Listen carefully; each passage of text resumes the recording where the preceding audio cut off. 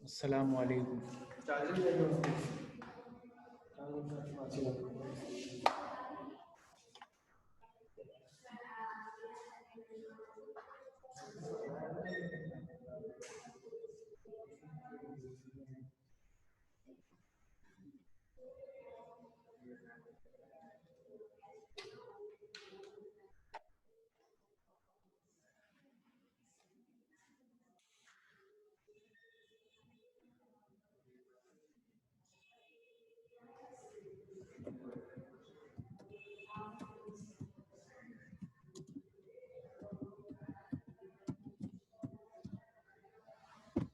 जी last lecture में बेटे कहाँ तक पढ़ा था?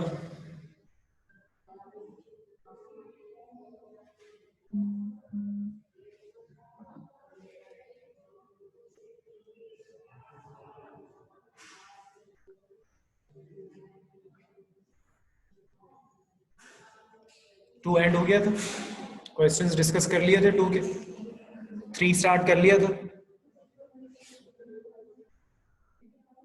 अच्छा 2 कंप्लीट हो गया था, स्टार्ट करना है 3। ठीक।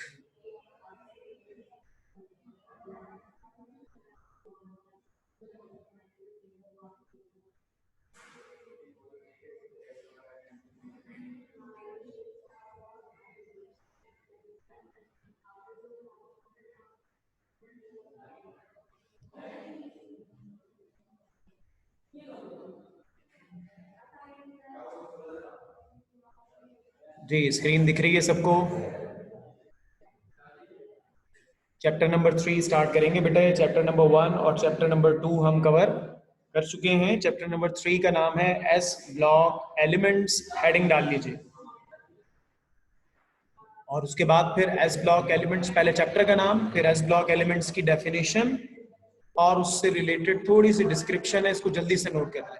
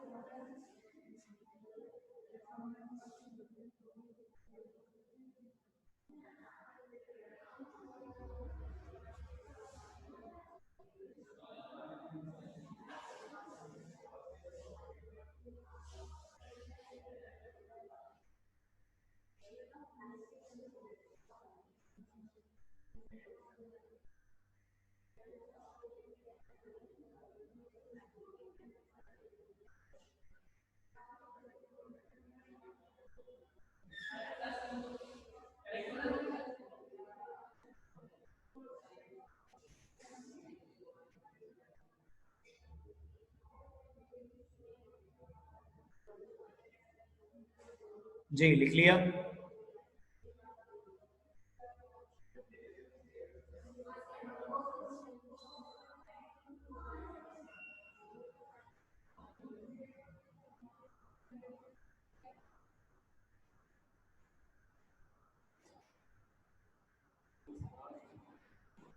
अच्छा जी,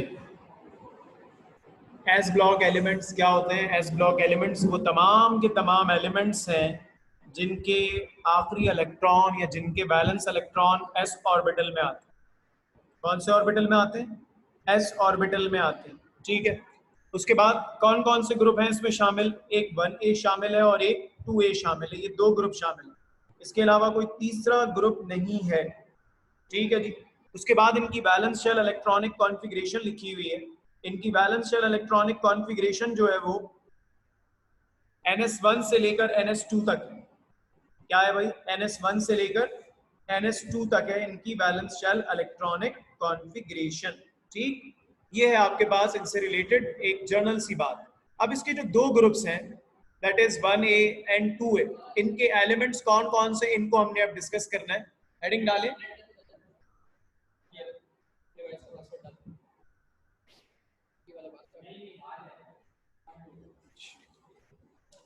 मैंने तो भी उस पर चला रहा हूँ।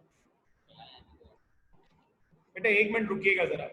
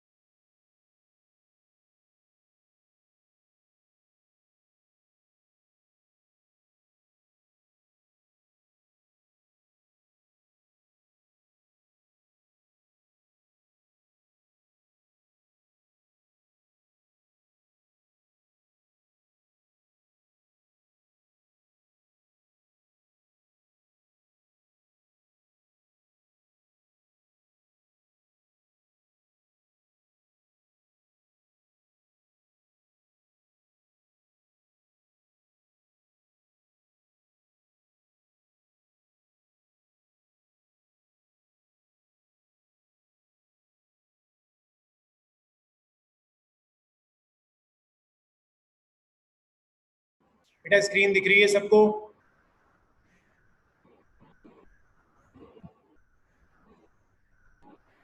यहां पर थे।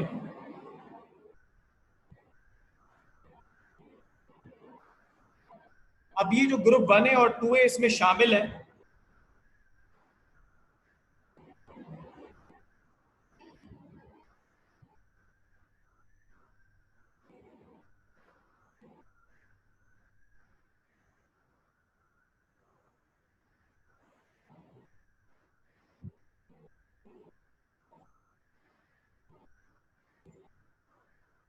वन ए और 2A के जो एलिमेंट्स हैं उनके बारे में अब हमने डिस्कस करना है।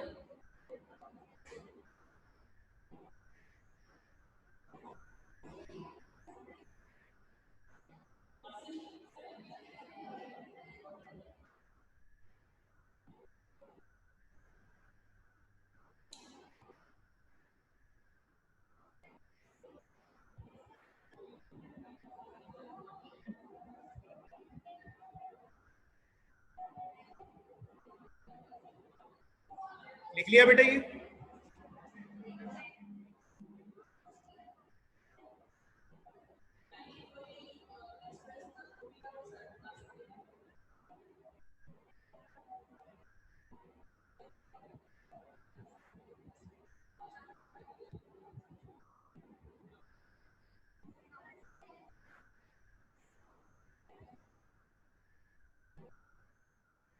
अच्छा बेटे, अब ये हमारे पास ग्रुप 1A और 2A के एलिमेंट्स हैं, इनकी डिस्क्रिप्शन है। ग्रुप 1A के एलिमेंट्स कौन कौन है? Lithium, sodium, potassium, rubidium, caesium.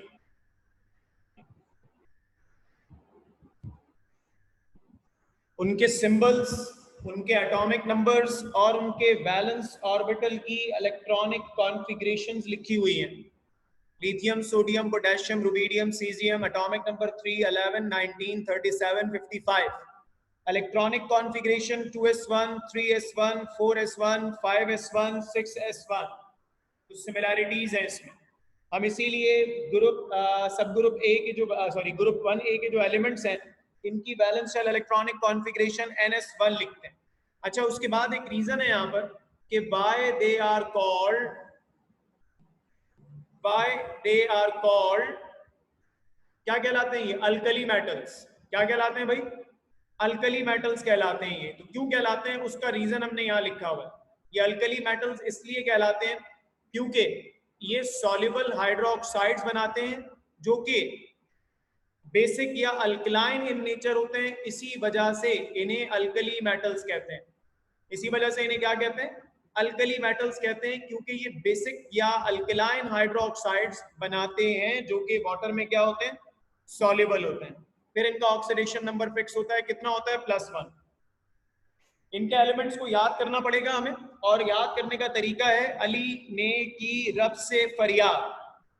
Ali ने की रब से फरियाद ली, लिथियम है, ने सोडियम, के पोटेशियम, रुबीडियम से सीजियम, और फरियाद से फ्रेंशियम है।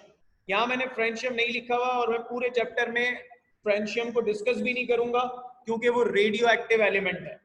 ठीक है बेटे, रेडियो एक्टिव एलिमेंट्स को हम नॉर्मली डिस्कस नहीं करते। इसके बाद आप हेडिंग डालेंगे एलिमेंट्स ऑफ ग्रुप 2A जिन्हें अल्कलाइन अर्थ मेटल्स कहते हैं। नाम, सिंबल, एटॉमिक नंबर्स लिखें, और उसके बाद ये रीजन लिख लीजिए।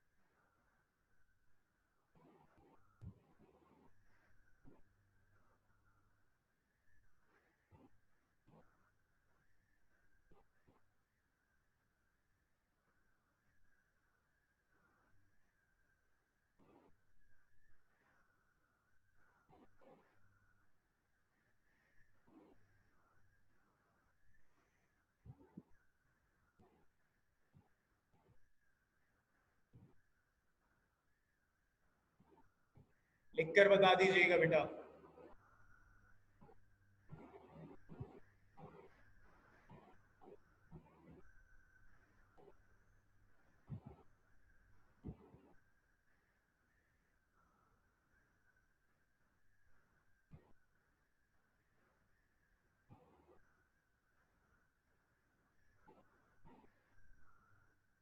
अच्छा जी, अब बेटे जो ग्रुप 2A के एलिमेंट्स हैं वो है हमारे पास beryllium, magnesium, calcium, strontium, barium. Atomic number 4, 12, 20, 38 और 56। Valence shell electronic configuration 2s2, 3s2, 4s2, 5s2, 6s2। इसमें मैंने एक और एलिमेंट नहीं लिखा जो कि है रेडियम। रेडियम यहाँ पे स्किप किया है क्योंकि वो रेडियो एक्टिव एलिमेंट है। तमाम के तमाम एलिमेंट का लास्ट ऑर्बिटल देख लीजिए, s2 पे एंड हो रहे हैं, इसीलिए इनको हम लिखते हैं ns2। ठीक है, उसके बाद ग्रुप 2A के एलिमेंट्स कहलाते हैं अल्कलाइन अर्थ मेटल्स। भाई क्यों कहलाते हैं अल्कलाइन अर्थ मेटल्स? क्योंकि ये जो हाइड्रोक्साइड्स बनाते हैं वो भी अल्कलाइन इन नेचर होते हैं, मगर वो वाटर में स्पेरिंगली सॉल्युबल होते हैं, मतलब पार्शियली या थोड़े से सॉल्युबल होते हैं। और अर्थ इनके नाम में क्यों लगा हुआ है?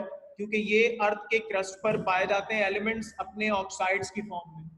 ये एलिमेंट्स अपने ऑक्साइड्स की फॉर्म में अर्थ के क्रस्ट पे पाए जाते हैं, इसीलिए इनका नाम पड़ गया अल्कलाइन अर्थ मेटल्स। ठीक है जी, तो दोनों के हाइड्रोक्साइड्स बेसिक इन नेचर होते हैं 1A और 2A के, यानी कि अल्कलाइन इन नेचर होते हैं, लेकिन 1A के हाइड्रोक्साइड्स वाटर में सॉल्युबल होते हैं और 2A के हाइड्रोक्साइड्स स्पेरिंगली या पार्शियली सॉल्युबल होते हैं। फ्रेंशियम और रेडियम दोनों ग्रुप का एक एक एलिमेंट डिस्कस नहीं करते। क्यों नहीं करते हैं जी? वो इसलिए नहीं करते हैं क्योंकि दोनों जो हैं वो रेडियो एक्टिव एलिमेंट्स। ठीक है, इसके बाद ये याद करने हैं एलिमेंट्स। इसके ग्रुप को याद करने का तरीका कार क्या है? पहले तो भाई अगर ऐसे याद कर लें beryllium, magnesium, calcium, strontium, barium, radium, तो बहुत अच्छी बात है। अदरवाइज इसके लिए जो तरीका है, जैसे ग्रुप 1 का था अली ने की रब से फरियाद, ग्रुप 2 का है बड़े मगरमच्छ का सर बड़ा, बड़े मगरमच्छ का सर बड़ा, बड़ा बेरिलियम, मगरमच्छ मैग्नीशियम का, कैल्शियम सर, स्ट्रोंशियम बड़ा, बा बेरियम रा, रेडियम बा रा। ठीक है जी, तो ये है इसको याद करने का तरीका।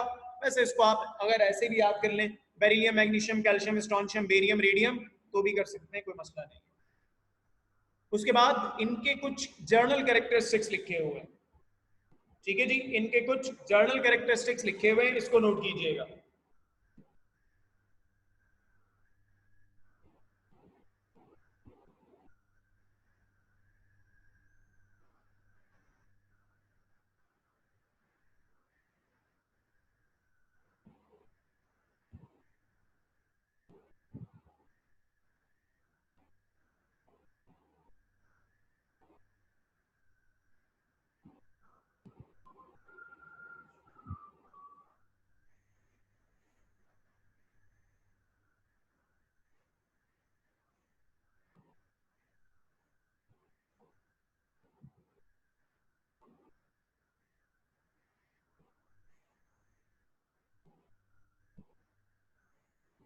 लिख के बेटा बता दीजिएगा।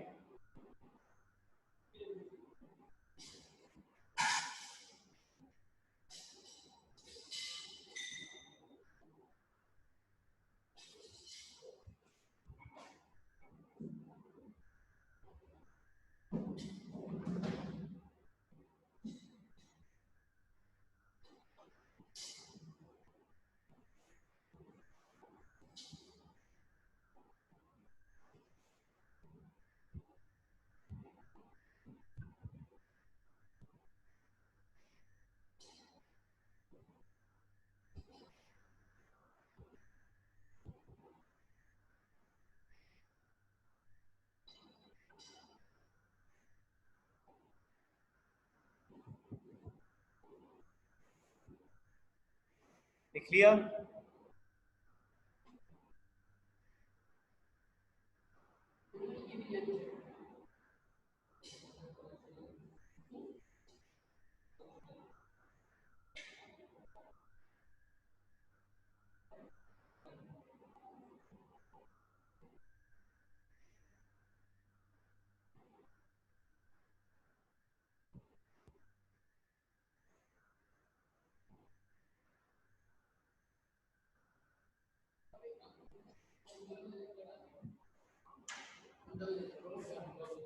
जी लिख लिया बेटा?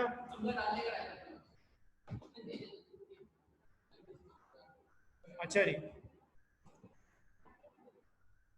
इनके बेटे जर्नल कैरेक्टरिस्टिक्स लिखे हुए हैं। पहला पॉइंट है कि ये जो कंपाउंड्स हैं ये आयनिक कंपाउंड्स बनाते हैं। ये एलिमेंट सॉरी ग्रुप 1 और 2 के तमाम एलिमेंट्स आयनिक कंपाउंड्स बनाते हैं, लेकिन बेरिलियम जो है वो कोवेलेंट कंपाउंड्स बनाता है। भाई क्यों बनाता है कोवेलेंट कंपाउंड्स? तो याद रखिएगा बेरिलियम जो है पूरे एस ब्लॉक का सबसे छोटा एलिमेंट है साइज के हिसाब से, और जो छोटे होते हैं आपको पता है वो चिरांदी होते हैं। हर घर में अगर आप देखें तो सबसे छोटा बंदा होता है वो सबसे गड़बड़ होता है, सबसे बदतमीज। आमतौर पे कुछ होंगे आप में बेहतर, लेकिन आमतौर पे सबसे बदतमीज और सबसे जो बुरे होते हैं वो छोटे होते हैं। तो बेरिलियम भी सबसे छोटा है, तो इसीलिए ये छोटा होने का फायदा उठाता है और हर जगह पे गड़बड़ करता है, कभी प्रॉपर्टीज में अलग, कभी कुछ अलग। तो यहाँ पर भी ये कोवेलेंट कंपाउंड्स बनाता है, जबकि बाकी सब आयनिक कंपाउंड्स बनाते हैं। ठीक है बेटे? फिर ग्रुप 1 और 2 के एलिमेंट्स के ऑक्सीडेशन नंबर फिक्स होते हैं। 1 वाले +1 होते हैं, 2 वाले +2 होते हैं, फिक्स होते हैं। फिर ये क्योंकि मेटल्स हैं तो इनकी पूरे पीरियोडिक टेबल में इलेक्ट्रोनेगेटिविटीज अगर हम देखें नोबेल गैसेस को हटाकर सबसे कम इलेक्ट्रोनेगेटिविटीज इन्हीं की होती हैं। इसके अलावा ये लास्ट के जो 2 पॉइंट्स हैं ये रीजंस हैं। ग्रुप 1 और 2 के जो एलिमेंट्स होते हैं उनकी थर्मल स्टेबिलिटी और सॉल्युबिलिटी अलग अलग होती है। ठीक है जी। कुछ यानी कि अभी हमने पढ़ा था कि ग्रुप 1A के जो हाइड्रोक्साइड्स होते हैं वो क्या होते हैं, सॉल्युबल, जबकि ग्रुप 2A के जो हाइड्रोक्साइड्स होते हैं वो क्या होते हैं, पार्शियली सॉल्युबल। तो ये सॉल्युबिलिटी का डिफरेंस और थर्मल स्टेबिलिटी का डिफरेंस इनमें होता है, क्यों होता है? दो वजूहत है। एक तो इनके आयनिक साइज डिफरेंट होते हैं, ग्रुप 1A के आयनिक साइज बड़े होते हैं, 2A के आयनिक साइज छोटे होते हैं। और दूसरा चार्ज डेंसिटी का फर्क होता है, चार्ज का डिफरेंस होता है। ग्रुप 2A वालों का चार्ज तगड़ा होता है, ज्यादा होता है, 1A वालों का चार्ज कम होता है। तो थर्मल स्टेबिलिटी और सॉल्युबिलिटी में फर्क क्यों है इनकी? आयनिक साइज डिफरेंट होने की वजह से और चार्ज डेंसिटी डिफरेंट होने की वजह से। उसके बाद एक और पॉइंट है, लिथियम और बेरिलियम जो है इनकी प्रॉपर्टीज बाकी पूरे ग्रुप से थोड़ी सी चेंज होती है। बेरिलियम के बारे में तो हमने ऊपर तस्करा किया, लिथियम भी गड़बड़ करता है कभी कभी। तो ये वजह अगर पूछी जाए तो हमेशा आपका जवाब होगा छोटा एटॉमिक साइज और ग्रेटर चार्ज डेंसिटी। अच्छा, इसमें एक और पॉइंट ऐड कर लीजिए, lithium and beryllium, lithium and beryllium नहीं, sorry, magnesium, lithium and magnesium shows resemblance, lithium and magnesium shows resemblance in their properties due to the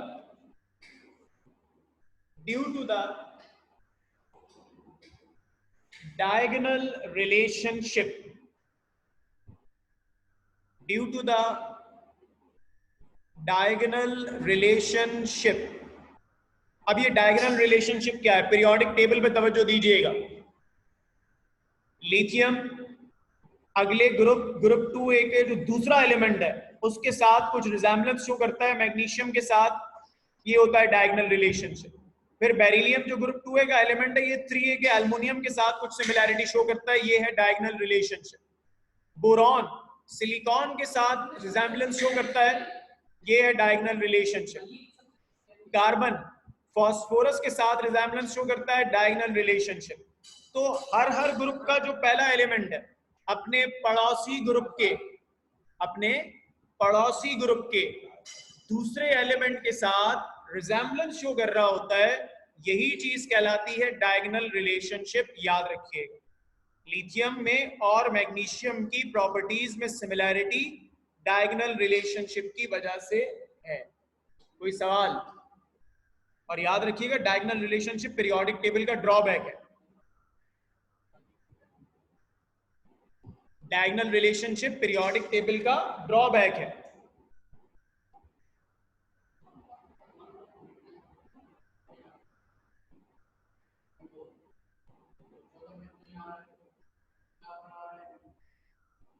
जी बेटे, clear हो गई बात?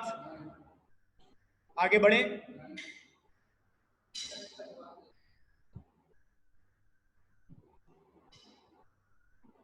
क्योंकि बेटे एक ग्रुप की प्रॉपर्टीज सेम होनी चाहिए ना, दो अलग अलग ग्रुप के एलिमेंट्स हैं, उनकी प्रॉपर्टीज मैच कर रही हैं, ये तो पीरियोडिक टेबल में एक गड़बड़ होगी ना। तो डायगोनल रिलेशनशिप इसीलिए ड्रॉबैक में कंसीडर करते हैं हम हमेशा।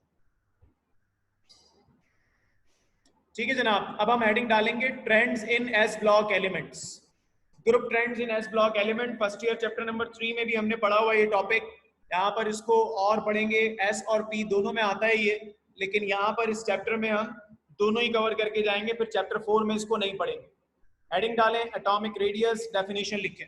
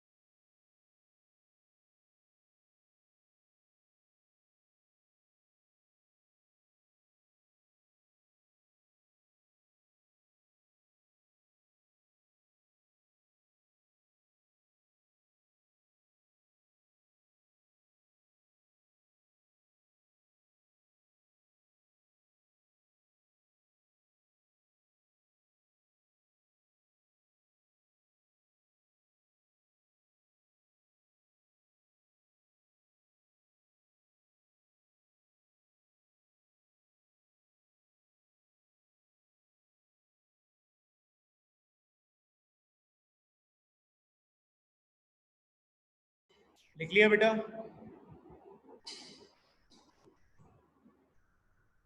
अच्छा, एटॉमिक रेडियस क्या होता है? किसी भी एटम के न्यूक्लियस से लेकर आउटर मोस्ट शेल तक का डिस्टेंस, किसी भी एटम के न्यूक्लियस से लेकर आखिरी शेल तक का डिस्टेंस एटॉमिक रेडियस कहलाता है। ठीक है भाई?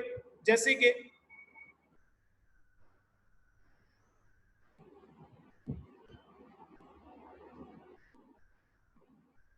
हाँ हाँ वही लिख लें, सारा कोई मसला नहीं है बेटे।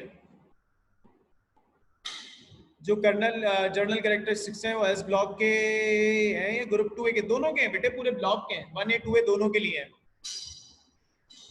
अच्छा जी, ये देखिए, ये रहा लिथियम, ये रहा इसका न्यूक्लियस। न्यूक्लियस से लेकर सबसे बाहर वाले शेल तक का डिस्टेंस क्या कहलाता है? एटॉमिक रेडियस कहलाता है। फिर एटॉमिक रेडियस के बारे में लिखा होगा पॉइंट के it increases down the group. Down the group atomic radius में इजाफा होता है। क्यों होता है? क्योंकि शेल्स बढ़ रहे होते हैं। तवज्जो दीजिएगा, ये रहा लिथियम, ये रहा सोडियम, दोनों में से किसका एटॉमिक रेडियस ज्यादा है? Between lithium and sodium, which has greater atomic radii? Na, sodium का एटॉमिक रेडियस ज्यादा है। भाई क्यों ज्यादा है सोडियम का atomic radius? Why atomic radius of sodium is greater than lithium? Shell ज्यादा है। Very good. तो कभी भी अगर एटॉमिक रेडियस में कंपैरिजन करते हैं तो शेल्स देखते हैं। जिसके शेल ज्यादा होंगे उसका एटॉमिक रेडियस ज्यादा होगा, जिसके शेल्स कम होंगे उसका एटॉमिक रेडियस कम होगा। इसीलिए हम कहते हैं किसी भी ग्रुप में डाउनवर्ड्स एटॉमिक रेडियस में हमेशा इजाफा होता है। अच्छा भाई, लिथियम और बेरिलियम दोनों बराबर है, या लिथियम बड़ा है या सोडियम बड़ा है? जी, लिथियम और बेरिलियम में दोनों बराबर हैं, या लिथियम बड़ा है या बेरिलियम का एटॉमिक रेडियस ज्यादा है? जल्दी जल्दी। लिथियम का एटॉमिक रेडियस बड़ा है। अच्छा जी, बराबर है, इक्वल है, लिथियम बड़ा है, लिथियम इक्वल। अच्छा जी, इक्वल है। बेरिलियम छोटा है, ठीक है, लिथियम बड़ा है, ठीक है। ठीक है, लिथियम क्यों बड़ा है भाई? लिथियम क्यों बड़ा है?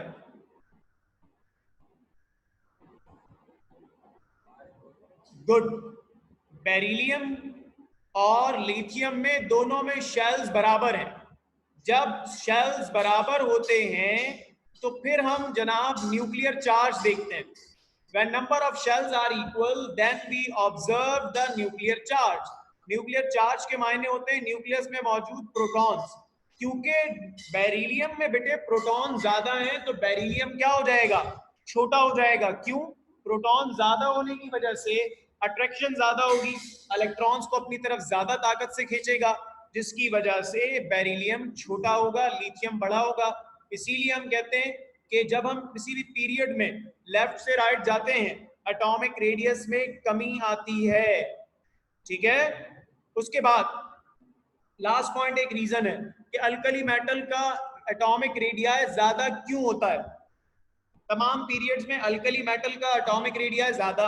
दूसरे पीरियड का सबसे बड़ा एलिमेंट लिथियम, तीसरे का सोडियम, चौथे का पोटेशियम, पांचवे का रुबिडियम, छठे का सीजियम। हर पीरियड का पहला एलिमेंट अल्कली मेटल है, तो और ये सबसे बड़ा होता है। रीजन लिखा हुआ है, alkali metals have the largest atomic radii in a period. क्यों? क्यों? Due to the weak nuclear charge. एक तो इनका न्यूक्लियर चार्ज वीक होता है, जिसकी वजह से इनकी अट्रैक्शन वैलेंस शेल की तरफ क्या होती है? वीक, जिसकी वजह से they have the largest atomic radii in every period. Clear है बेटे? कोई मसला? आसान बातें हैं, फर्स्ट ईयर चैप्टर 3 में भी पढ़ के आए हम। फिर भी कोई इशू हो तो जल्दी से बताओ। ठीक है बेटे, हेडिंग डालें आयनिक रेडियस और नोट करें इसे।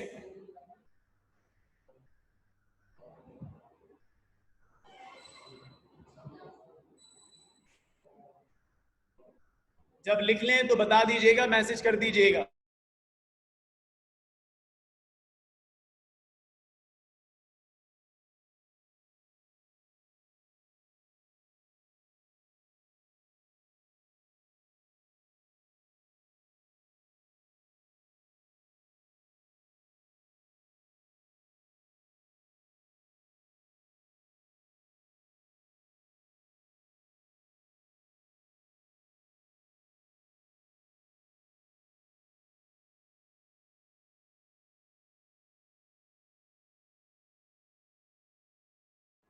डायग्राम बेटे मर्जी है, बना लें या ना बनाएं, कोई फर्क नहीं पड़ता उससे।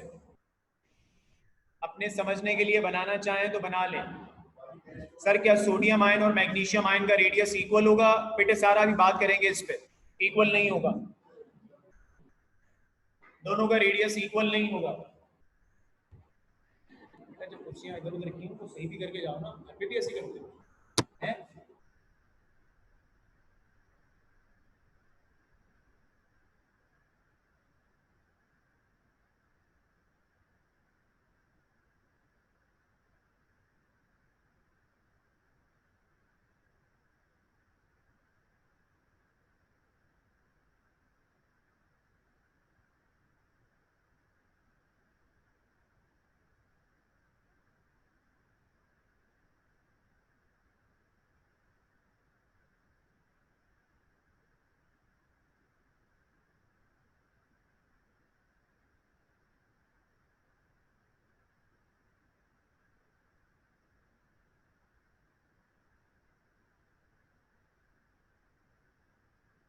नहीं समझा बेटे, इक्वल नहीं था। बेरिलियम छोटा था, लिथियम बड़ा था, क्योंकि बेरिलियम के न्यूक्लियस में प्रोटॉन ज्यादा हैं, तो वो इलेक्ट्रॉन्स को अपनी तरफ ज्यादा ताकत से अट्रैक्ट करते हैं, जिसकी वजह से बेरिलियम छोटा होता है, लिथियम बड़ा होता है।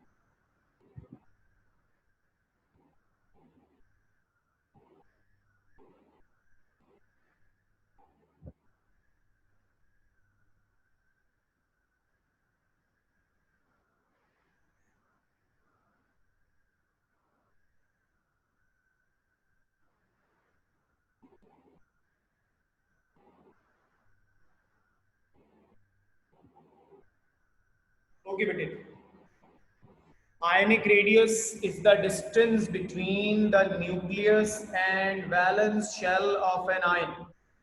किसी भी आयन के न्यूक्लियस से लेकर वैलेंस शेल तक का डिस्टेंस आयनिक रेडियस कहलाता है। ठीक है भाई। बेटा ये भी डाउन द ग्रुप बढ़ता है, ये भी डाउन द ग्रुप बढ़ता ही है। किसी भी ग्रुप में चले जाएं, down the group atomic radius की तरह आयनिक रेडियस भी बढ़ता है। ठीक है जी। अच्छा जी, हाँ, आपके पास ये लिथियम है, ये सोडियम है। लिथियम में से इलेक्ट्रॉन जाएगा, सोडियम में से भी जाएगा, तो लिथियम में से इलेक्ट्रॉन चला गया, एक ही शेल बचा। सोडियम में से इलेक्ट्रॉन चला गया, दो शेल बचे, तो कौन बड़ा होगा? सोडियम। वही कह रहे हैं कि डाउन द ग्रुप ये भी बढ़ता है, लेकिन इसका हम पीरियड में ट्रेंड नहीं पढ़ते। क्यों नहीं पढ़ते? क्योंकि इसका पीरियड में कोई फिक्स ट्रेंड नहीं है। क्योंकि पीरियड में हम जाते हैं आगे तो हमें दो तरह के आयन दिखते हैं, पॉजिटिव भी और नेगेटिव भी। अगला पॉइंट है the radius of cation, यानी कि पॉजिटिव आयन हमेशा जो होता है वो अपने पेरेंट एटम से छोटा होता है। भाई क्यों छोटा होता है? ये देखो, ये रहा सोडियम, ये रहा इसका आयन, कौन बड़ा होगा? जी भाई, कौन बड़ा है इन दोनों में से?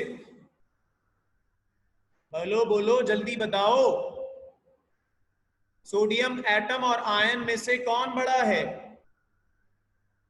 एटम बड़ा है। गुड, एटम बड़ा है। गुड, क्यों बड़ा है भाई? आसान सी बात है सर, इसमें शेल ज्यादा है। चलो अगर शेल बराबर भी होते तब भी पॉजिटिव आयन बेटा कब बनता है? जब इलेक्ट्रॉन चला जाए। इलेक्ट्रॉन जाएगा तो इलेक्ट्रॉन्स की ताकत कम पड़ जाएगी, न्यूक्लियस की ताकत ज्यादा पड़ जाएगी, तो न्यूक्लियस इलेक्ट्रॉन को अपने पास खींच लेंगे। एटम की बात, एटम बड़ा होगा, आयन क्या होगा? हमेशा छोटा। जहन में बिठा लो, पॉजिटिव आयन हमेशा अपने पेरेंट एटम से छोटा होता है। नेगेटिव में क्या सिलसिला है, जरा देख के बताओ, कौन बड़ा होगा इन दोनों में से?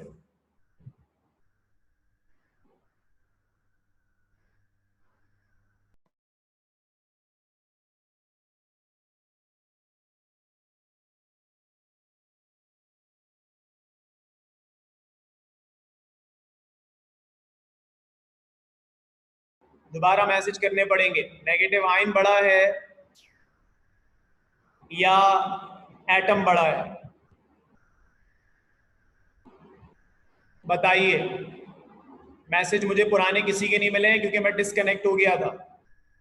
नेगेटिव आयन हमेशा बड़ा होता है, एटम छोटा होता है। याद रखें, नेगेटिव आयन हमेशा बड़ा होता है और एटम हमेशा छोटा होता है। क्यों? क्योंकि बेटे देखो, दोनों में शेल तो बराबर है, 1 2 3 1 2 3। न्यूक्लियस में प्रोटॉन बराबर 17 17, लेकिन इसमें एक इलेक्ट्रॉन एक्स्ट्रा आ गया। नेगेटिव आयन है ना, तो इलेक्ट्रॉन एक्स्ट्रा आ गया। इलेक्ट्रॉन के एक्स्ट्रा आने से क्या होता है? इलेक्ट्रॉन के